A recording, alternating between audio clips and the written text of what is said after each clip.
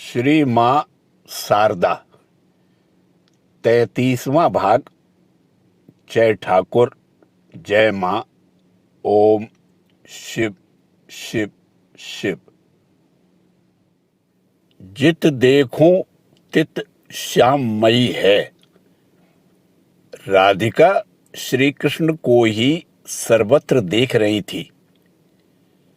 एक अन्य गोपिका ने उनसे कहा, सखी, तुमने आंखों में कृष्णांजन लगाया है, इसीलिए सब कुछ कृष्णमय देख रही हो।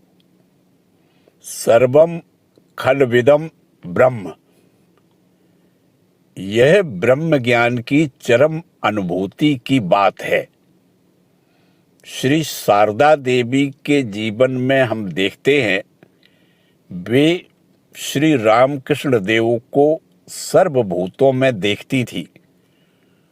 उन्हें चराचर विश्व में वही चैतन्य घन रामकृष्ण रूप दिखता था। एक दिन की बात है, एक बड़ा चींटा धरती पर चल रहा था। राधु उसे मारने गई। श्री मां झटपट राधु को रोककर खड़ी हो गई और कहा, खबरदार, उसे मत मारना।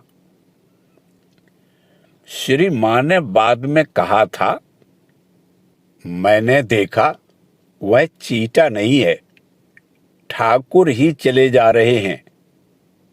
वे ही ठाकुर, उसी साकार रूप में। वही हाथ पैर थे, वही मुख, वही आंख, सब कुछ वही था।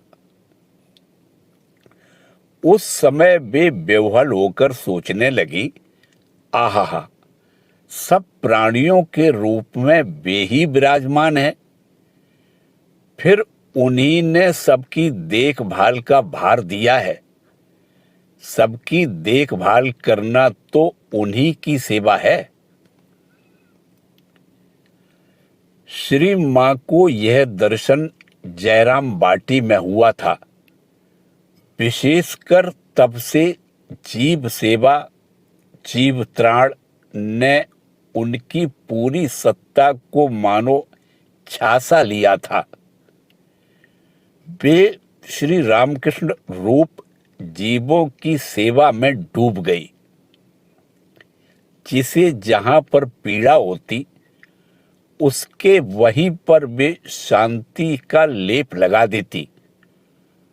रोग से दुखी को रोग मुक्त कर देती, भय से पीड़ित को निर्भय कर देती, जले हृदय में अमृत वारी सींच देती, शुष्क कंठ में अमृत रस ढाल देती। मलेरिया से भुगत भुगत कर श्री मां का शरीर जीर्ण शीर्ण हो गया था। वे इतनी कमजोर हो गई थी कि भक्तों को दर्शन आदि देना भी बंद था।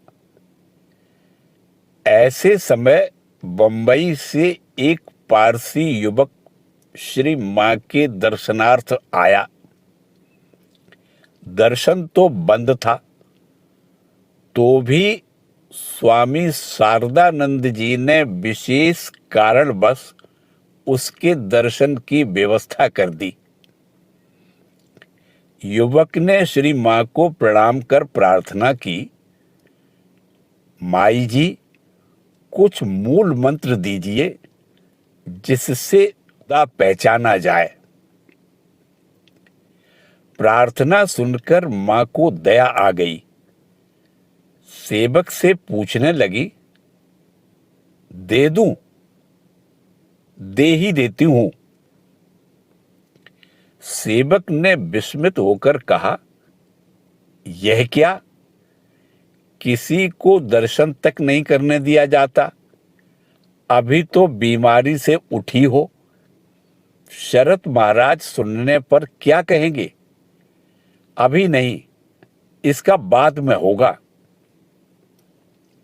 श्री मां ने मानो कुछ खिन्न मन से कहा, अच्छा, तुम शरत से पूछ आओ। सेवक तुरंत शरत महाराज से पूछने गए। उन्होंने सब सुनकर कहा, मैं इस पर क्या कहूंगा। यदि मां की एक पारसी संतान बनाने की इच्छा हुई हो तो बनाए, कहकर अब क्या होगा। सेवक ने वापस आकर देखा कि मां इस बीच ही दीक्षा देने के लिए स्वयं 2 आसन बिछाकर गंगा जल लेकर तैयार हुई बैठी हैं। दीक्षा देने के बाद मां सेवक से कहने लगी, लड़का बहुत अच्छा है। जो कुछ मैंने बतलाया उसने सब ठीक ठीक समझ लिया। दूर दूरांतर से किसी अज्ञात आकर्षण से खिंचकर नर नारी श्री मां के पास व्याकुल होकर दौड़ आते थे। श्री मां कहती, इन सबको ठाकुर ही भेज रहे हैं। युगावतार के आगमन के साथ मुक्ति युग आ गया है। लाखों लोगों को केवल मुक्ति प्राप्त होगी। इसी भाव को मानो दोहराते हुए श्री मां ने एक समय कहा था, देखते नहीं, इस समय तारक ब्रह्म नाम की लूट है। आंतरिक होने पर अंत में यही श्री ठाकुर के आश्रय में आना पड़ेगा। जिसमें थोड़ा सा भी सार है वह भी वंचित नहीं रहेगा। सन 1906 ईस्वी की बात है। श्री मां उस समय जयराम बाटी में थी। एक ब्रह्मचारी शिष्य श्री मां के दर्शनार्थ उपस्थित हुए। एक दिन वे ब्रह्मचारी से कहने लगी, देखो, दक्षिणेश्वर में ठाकुर की प्रायः ही समाधि होती थी। एक दिन बहुत समय बाद समाधि उतरने पर वे बोले, देखो, मैं एक देश में चला गया था। वहां के सब लोग सफेद सफेद थे। आहा, उनकी कैसी भक्ति देखी मैंने। तब क्या मैं समझ पाई थी कि ओली बुल आदि सब भक्त होंगे। मिसेस ओली बुल स्वामी विवेकानंद जी की पाश्चात्य शिष्या थी। मैं तो कुछ सोच ही न सकी कि ये सफेद सफेद आदमी कैसे। श्री रामकृष्ण देव के उस दर्शन को श्री मां भूली नहीं थी।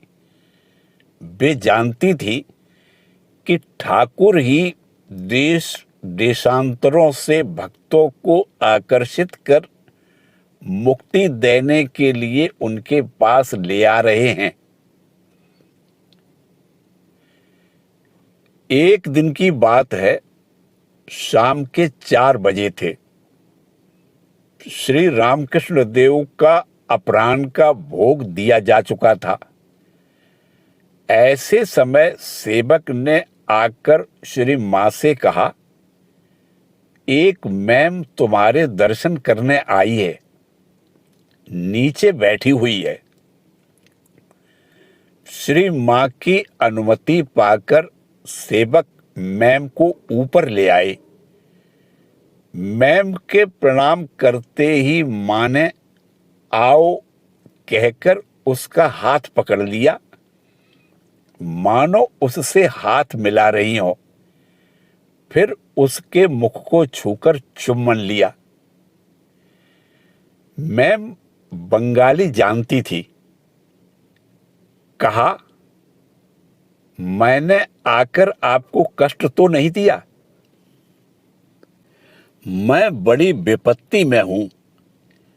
मेरे एक लड़की है बड़ी अच्छी लड़की है, वह बहुत बीमार है, इसीलिए माँ मैं आपके पास करुणा की भीख मांगने आई हूं।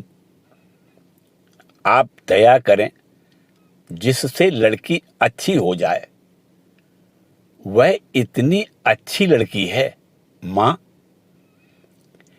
अच्छी इसलिए कह रही हूं कि हम लोगों में अच्छी स्त्रियां अधिकतर नहीं रहती। अधिकांश बड़ी कुटिल और दुष्ट प्रकृति की होती हैं। यह मैं आपसे सच कह रही हूं। यह लड़की वैसी नहीं है, आप उस पर कृपा करें। श्री मां ने बहुत आश्वासन देते हुए कहा, मैं तुम्हारी लड़की के लिए प्रार्थना करूंगी, वह अच्छी हो जाएगी। बेवहल मैम के प्राणों से आवेग का निर्झर फूट पड़ा। तब तो वहां कोई चिंता नहीं रही। आप जब कह रही हैं कि वह अच्छी हो जाएगी, तो वह अच्छी होगी ही। अवश्य अवश्य अवश्य। श्री मां को बड़ी दया आ गई। वे हाथ में श्री ठाकुर का प्रसादी फूल और बेल पत्र लेकर कुछ क्षण आंखें बंद करके रही। फिर ठाकुर की ओर अपलक नेत्रों से देखकर वह बेल पत्र मैम के हाथों में देते हुए कहा, अपनी लड़की के सिर पर इसे फेर देना। मैम ने हाथ जोड़कर वह प्रसादी निर्माल्य ग्रहण किया और प्रणाम करके मां से पूछा, उसके बाद इसका क्या करूंगी? एक महिला भक्त ने कहा, और क्या करोगी? सूख जाने पर गंगा जी में छोड़ देना। मैम ने श्रद्धा पूर्वक कहा, नहीं नहीं, भगवान की इस चीज को फेंक दूंगी। नए कपड़े की एक थैली बनाकर उसमें रख दूंगी। उस थैली को रोज लड़की के सिर और शरीर पर फेरा करूंगी। यह सुन मां ने प्रसन्न होकर कहा, हां वही करो। विदा लेते समय मैम की आंखों से टप टप आंसू गिरने लगे। वह बोली, आपका बहुत सा समय मैंने खराब किया, क्षमा करेंगी? श्री मां ने प्रसन्न मुख से कहा, नहीं नहीं, तुमसे बातचीत करके मुझे बड़ा आनंद हुआ। तुम किसी मंगलवार को आओ। मैम मंगलवार को आई थी। उस पर श्री मां की विशेष कृपा थी। उन्होंने उसे दीक्षा भी दी थी। श्री मां का उस पर बड़ा स्नेह था। मां के आशीर्वाद से उसकी लड़की ने आरोग्य लाभ किया था। स्त्री भक्त ब्रजेश्वरी देवी बहुत दिनों से कठिन हिस्टीरिया रोग से भुगत रही थी। नाना प्रकार की चिकित्सा कराई गई। देवी देवताओं की शांति के लिए भी बहुत कुछ किया गया, पर किसी से कुछ लाभ नहीं हुआ। उनमें जीवन के प्रति एक अरुचि सी आ गई। बहुत ही हताश हो वे एक समय श्री मां से दीक्षा की भिक्षा मांगने जयराम बाटी गई। हिस्टीरिया से मुक्त होने के लिए उन्होंने हाथों में चांदी के तार पहन रखे थे। यह देखकर पगली मामी ने उनसे तार पहनने का कारण पूछा। श्री मां के कानों में यह बात पहुंचते ही वे पगली मामी को कुछ धमकाती हुई बोली, ये सब बातें लोगों से क्यों पूछना, किसी बीमारी के लिए पहन रखा होगा। फिर उन्होंने उस स्त्री भक्त की ओर करुणा भरे नेत्रों से देखकर कहा, तुम्हें अब यह तार पहनने की जरूरत नहीं होगी बेटी, रोग यूं ही दूर हो जाएगा। उसी दिन से ब्रजेश्वरी देवी का हिस्टीरिया दूर हो गया। श्री मां की कृपा से भवरोग तो दूर हुआ ही, साथ ही दैहिक रोग से भी मुक्ति प्राप्त हो गई। 13 श्रावण बंगाब्द 1325 को स्वामी प्रेमानंद जी ने देह छोड़ दी।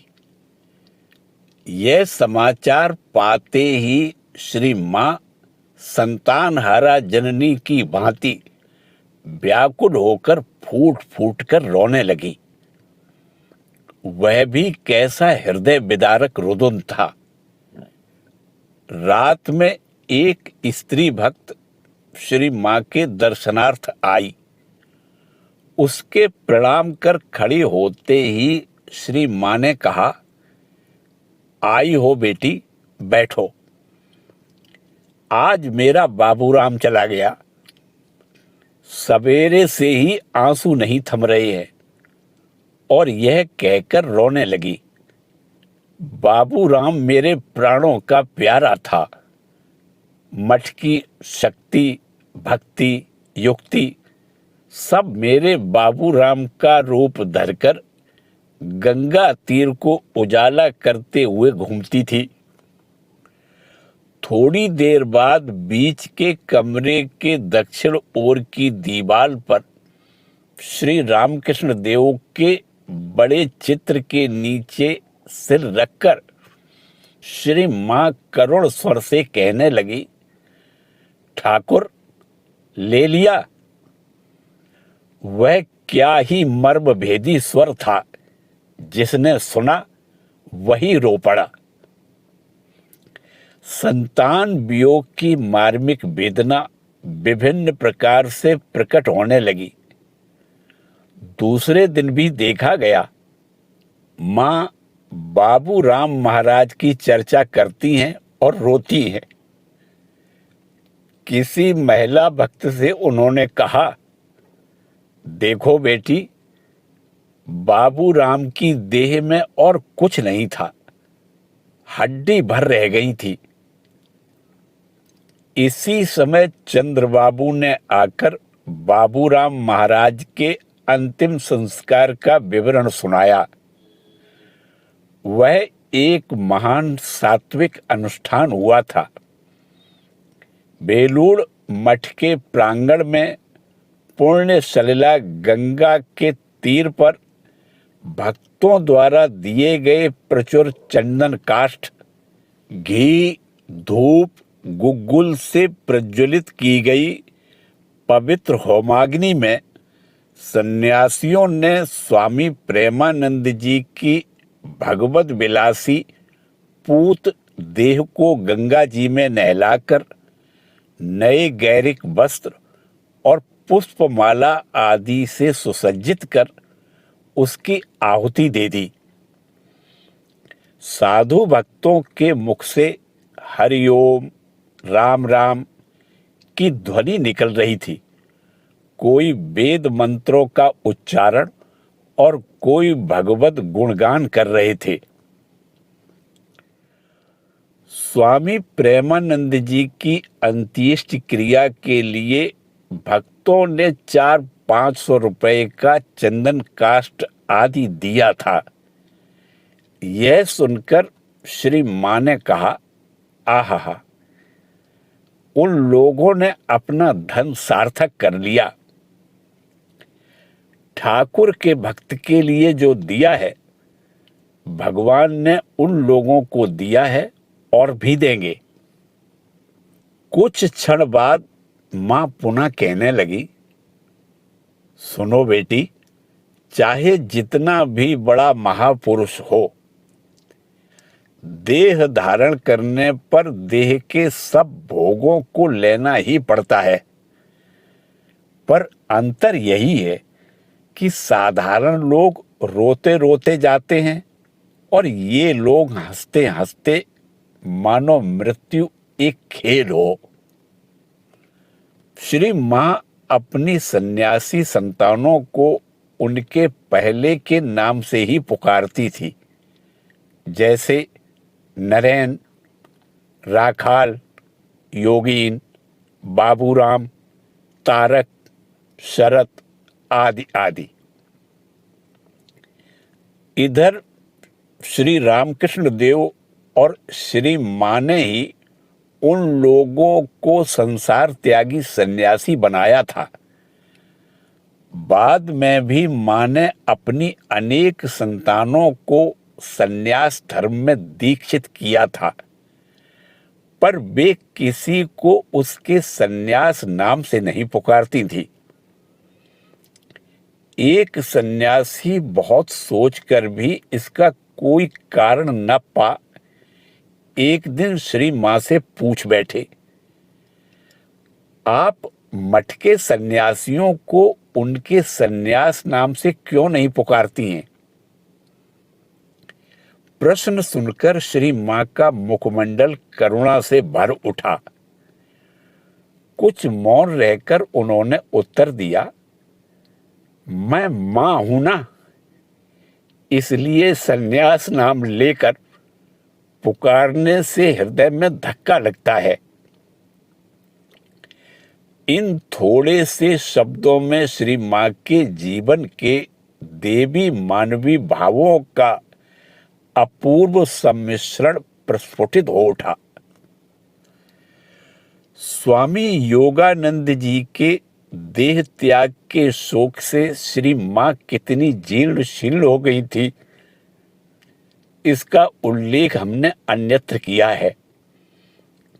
स्वामी प्रेमानंद जी के देह त्याग से श्री मां की मार्मिक वेदना, उमड़ता हुआ शोकावेग और अविराम अश्रु सिंचन देख मन में एक प्रश्न उठता है, इन लोगों के साथ श्री मां का क्या संबंध था? गुरु, गुरु पत्नी और शिष्य के सिवा क्या इन लोगों में और भी कोई गहरा संबंध था? श्री मां ने एक समय कहा था, जो जिसका सो उसका, युग युग में अवतरता। श्री रामकृष्ण देव और श्री शारदा देवी धरा का भार हरने के लिए युग युग में अवतीर्ण होते हैं और विवेकानंद, योगानंद, प्रेमानंद आदि अवतार के संगी गण उनके साथ अंतरंग पार्षद रूप से आते हैं। यह संबंध ईश्वरीय संबंध है, चिरंतन संबंध है, अवतार लीला की पुष्टि का संबंध है। दक्षिणेश्वर में नरेन अर्थात स्वामी विवेकानंद जी के न आने से श्री रामकृष्ण देव व्याकुल होकर रोते थे। अन्यान्य अंतरंग पार्षदों को देखने के लिए भी वे बहुत व्याकुल हो उठते थे। इस संबंध में एक दिन श्री मां ने कहा था, यह देखकर हाजरा ने एक दिन ठाकुर से कहा था, आप नरेन आदि के लिए इतना क्यों सोचते हैं? आप भगवान के चिंतन में मन लगावे, आप में इतना माया मोह क्यों? ठाकुर ने हाजरा की बात मानकर सारी माया काटकर भगवान में मन को लीन किया। वे समाधिस्थ हो गए। दाढ़ी और सिर के केश सीधे होकर कांटे के समान खड़े हो गए। कदम फूल की तरह। एक बार सोचो तो वे कैसे पुरुष थे। वे इस अवस्था में 1 घंटा तक रहे। तब रामलाल उनके कानों में विभिन्न देवी देवताओं के नाम सुनाने लगा। नाम सुनाते सुनाते तब कहीं उनमें चेतना लौटी। समाधि उतरने पर उन्होंने रामलाल से कहा, देखा तूने, ईश्वर के भाव में रहने से यही अवस्था होती है। इसीलिए नरेन आदि को लेकर मन को नीचे थामे रखता हूं। रामलाल ने कहा, नहीं, आप अपने भाव में ही रहें। दया के बस हो वे मन को नीचे उतारे रखते थे। योगीन अर्थात स्वामी योगानंद जी ने जब देह छोड़ी, उसने निर्वाण की कामना की। गिरीश बाबू ने कहा, देख योगीन, निर्वाण मत ले।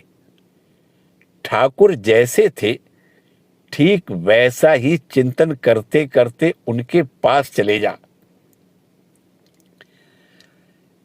एक दिन एक सन्यासी ने श्री मां से पूछा, मां, ठाकुर ने अनेकों को अपना जन कहा है, इसका क्या तात्पर्य है?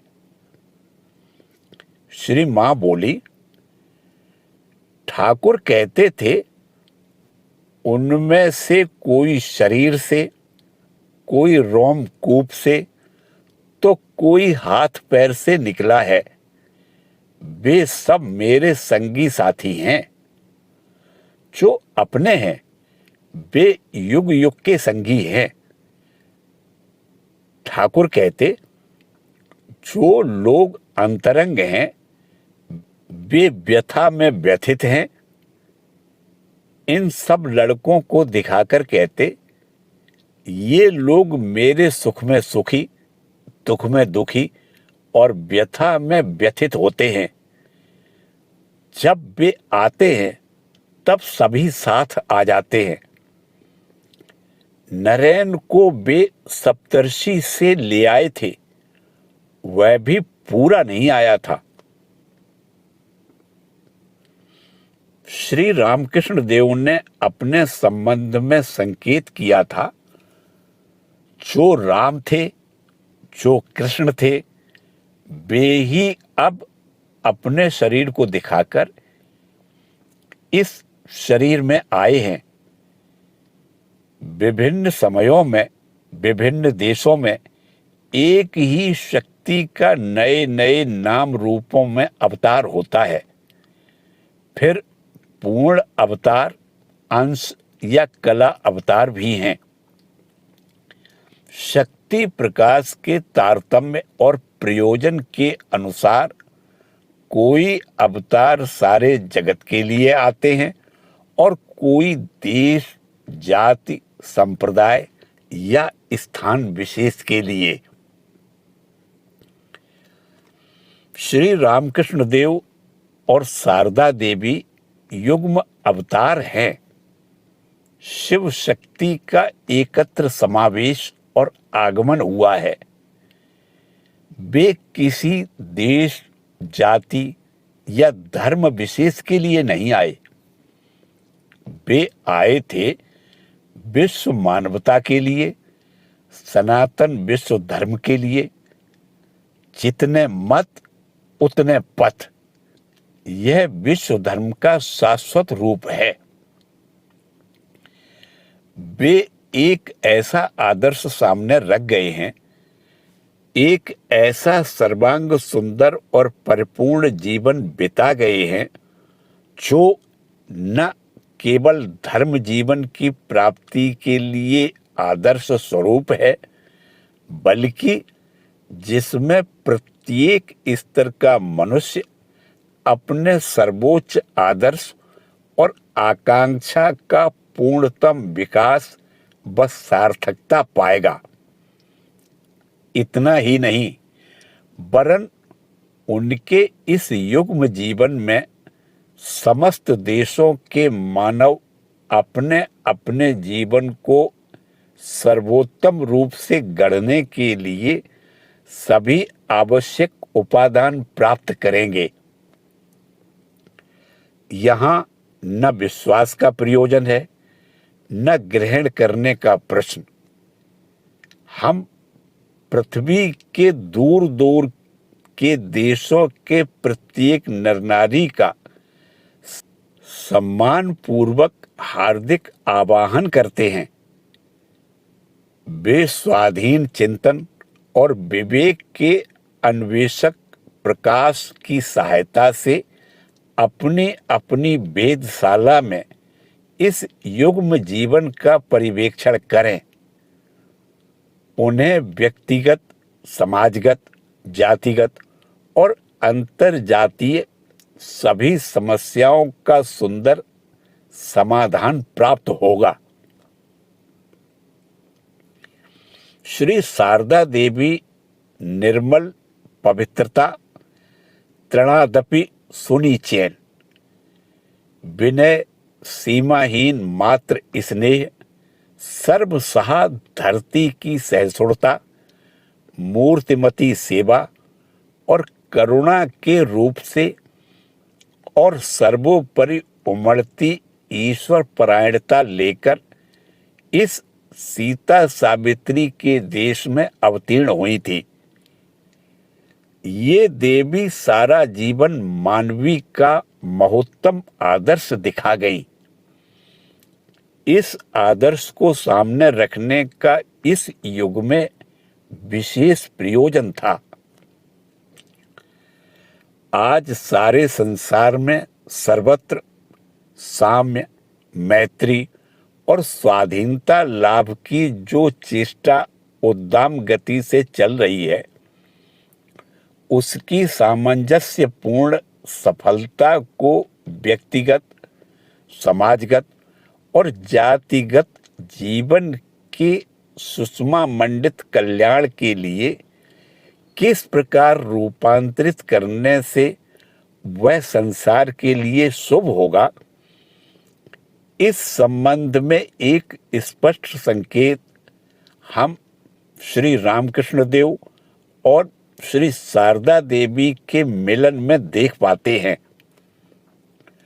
पूर्ण व्यक्ति स्वातंत्र्य के रहते हुए भी गृहस्थ जीवन में पुरुष और स्त्री एक दूसरे के पूरक हैं और इसी प्रकार के मर्यादा सापेक्ष मिलन के फलस्वरूप ही शांतिपूर्ण और फलप्रद गृहस्थ जीवन विकसित होगा, जहां रहेगी सुंदर सृष्टि, सार्थक स्थिति और परिपूर्ण पालन। जय ठाकुर, जय मां।